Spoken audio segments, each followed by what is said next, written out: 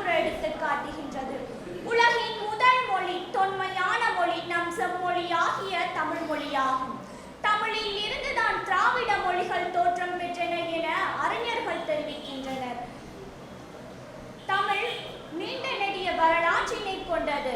செம்மொழியாக ஒரு மொழியினை தேர்வு செய்வதற்கு அதன் இலக்கிய படைப்புகள் வளம் மிகுந்ததாகவும் பழமையானதாகவும் இருக்க வேண்டும்.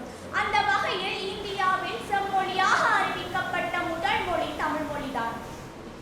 தமிழ் மொழியின் பெருமைக்கு இதுவே ஒரு சிறந்த மகுடம்.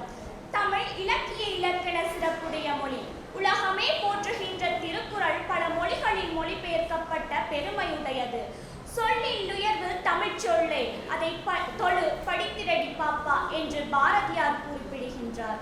அமிர்தத்தை கடைந்தால் அதிலிருந்து வரும் அரிய சொல்லே தமிழ் என்று நாமக்கல் கவிஞர் தமிழை போற்றுகின்றார். இயலிசை நாடகம் என்னும் முத்தமிழாய் வளர்ந்து செந்தமிழாய் வளம் வரும் ஒரே மொழி நம் தமிழ் மொழிதான். கம்பர், ஔவையார், திருவள்ளுவர், பாரதியார் போன்ற புலவர்களாலும் அரசர்களாலும் வளர்க்கப்பட்ட மொழி நம் மொழி.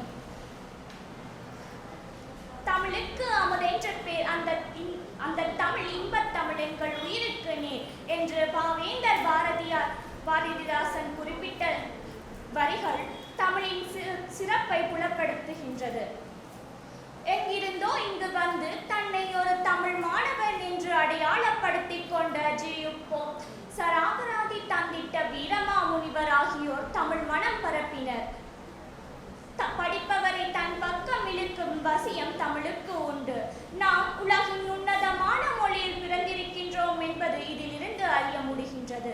சுமார் 3000 ஆண்டுகளுக்கு முன்னர் வாழ்ந்த தொல்காப்பியரே தமிழ் தொன்மையான மொழி என்று கூறுகின்றார் என்றால் அப்போதே தமிழில் இயற்றப்பட்ட இலக்கியங்கள் பல இருந்திருக்க வேண்டும். அவ்வாறு கற்றிருந்தால் மாத்திரமே தமிழின் சிறப்பினையும் தொன்மையினையும் பாட முடியும். ஆதலால் தொல்காப்பியரும் சரி, நன்னூலாரும் சரி, முண்டாசு கவிஞரும் ஔவை பிராட்டியும் பொய்யாமொழி புலவரும் இன்றளவும் நம் இலக்கியங்களின் மொழியாக தமிழில் வாழ்ந்து கொண்டிருக்கின்றார்கள் என்பதில் எனக்கு எவ்வித ஐயமும் இல்லை. எங்கள் வாழும் எங்கள் வளமும் மங்காத தமிழ் என்ற சங்கே முழங்கு என்று பாவேந்தர் பாரதிதாசன் குறிப்பிட்டது போன்று தமிழ் என்றும் மங்காது, அதன் பெருமைகள் என்றும் குன்றாது. தமிழ் மொழி என்பது தமிழர்களின் அடையாளம். அதனை உணர்ந்து பாதுகாப்பது எமது கடமையாகும். தமிழால் இணைந்து தமிழ் அறிந்த அனைவருக்கும் நன்றி சார் வந்தனங்களை தெரிவித்து